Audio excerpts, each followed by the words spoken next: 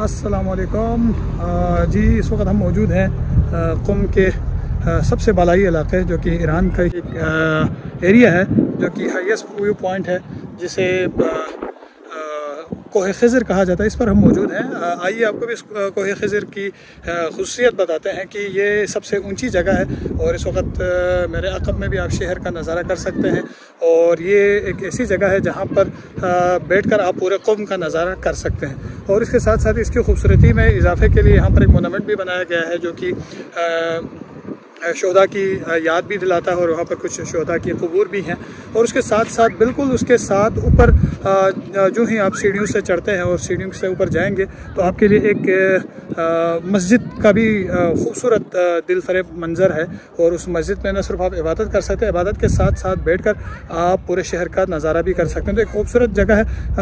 चूँकि हम सर्दियों में आए तो थोड़ी सी ठंड है, मगर ओवरऑल अगर आप गर्मियों में यहाँ पर आते हैं तो ये यकीनन बहुत ही खूबसूरत जगह है और बहुत ही दिलफरेब मनाजिर आप यहाँ से देख सकते हैं। क्योंकि गुरूब आफ्ताब का वक्त है तो हो सकता है कुछ मनाजिर आपको बेहतर अंदाज में हम दिखा सकें।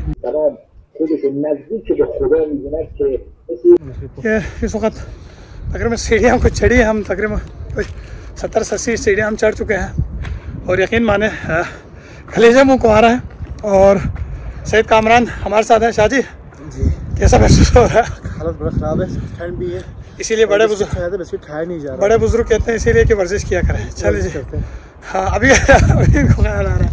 चले जी, शहर क़ुम आपको यहाँ से इसका नज़ारा आपको कराते हैं। 15 से 20 मिनट की हाइक के बाद हम पहुँचे हैं इस वक्त कोहे खिज़र नबी। और ये मकाम किस वजह से मशहूर है और इसकी अहमियत किस हवाले से है तारीख़ी एतबार से, और उसके साथ साथ क़ुम में मौजूद ईरानी लोगों की यहाँ की मजहबी जो अक़ीदत है इस हवाले से भी हम जानेंगे। हमारे साथ मौजूद हैं क़िबला शेख यूसुफ रूहानी साहब। क़िबला, इसकी अहमियत यकीनन बहुत खूबसूरत जगह है और इसकी वजह तस्मिया को ग़ालिबन होगी, और इसके साथ साथ इसकी जो इस मकाम की अहमियत है उसके हवाले से कुछ आगाही दीजिएगा। ये जगह जो है क़ुम में जो है सबसे ऊंची जगह है। यहाँ से शहर क़ुम बिल्कुल इसके सामने नज़र आता है।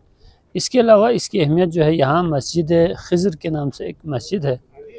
ये मस्जिद जो है यहाँ पर एक ख़ास रिवायत है, उसकी तफसील इस मुख्तसर ऑडियो में गुंजाइश नहीं बनेगी कि उस रिवायत के तहत यहाँ पर हज़रत खिज़र ने आकर नमाज़ पढ़ी है। इस लिहाज से एक पैगंबर की कदमगाह के अनवान से ये जगह अहमियत रखती है और लोग यहाँ पर ज़ियारत के लिए आते हैं। और ईरान में इस इनक़लाब इस्लामी के बाद जो है ईरानी हुकूमत की तरफ से भी इसको ख़ास तवज्जो दी गई है।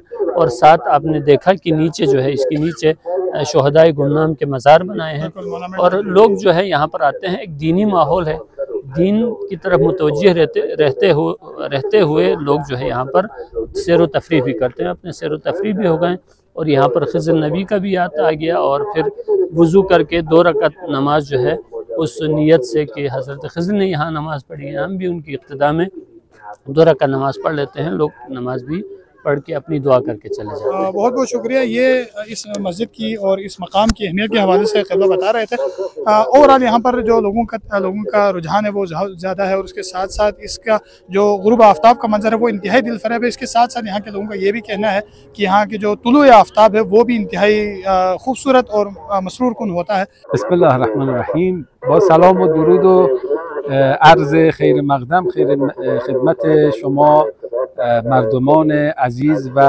मुहतरम पाकिस्तान,